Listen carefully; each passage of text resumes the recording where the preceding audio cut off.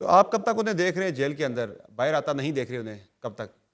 خیر آپ کی بھی ایک سیاسی آپ کا تجربہ ہے اور قانونی بھی. دیکھیں اس میں جو عمران خان صاحب یا پی ٹی آئی جس حال کو پہنچی ہے نا، اس میں ہمارا عمل دخل کم اور ان کی اپنی جو ہے وہ پالیسیز، ان کے فیصلے.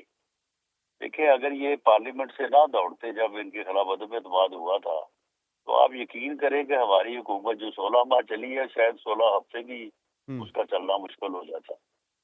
اگر یہ اسمبلیاں نہ توڑتے، حکومت نہ توڑتے، تو 9 مئی کہاں سے ہو جاتا؟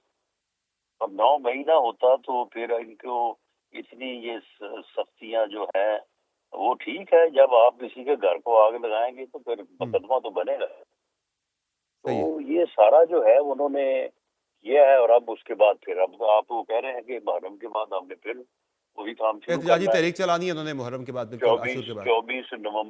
24 نومبر کو جو ہوا وہ بھی آپ کے سامنے ہے.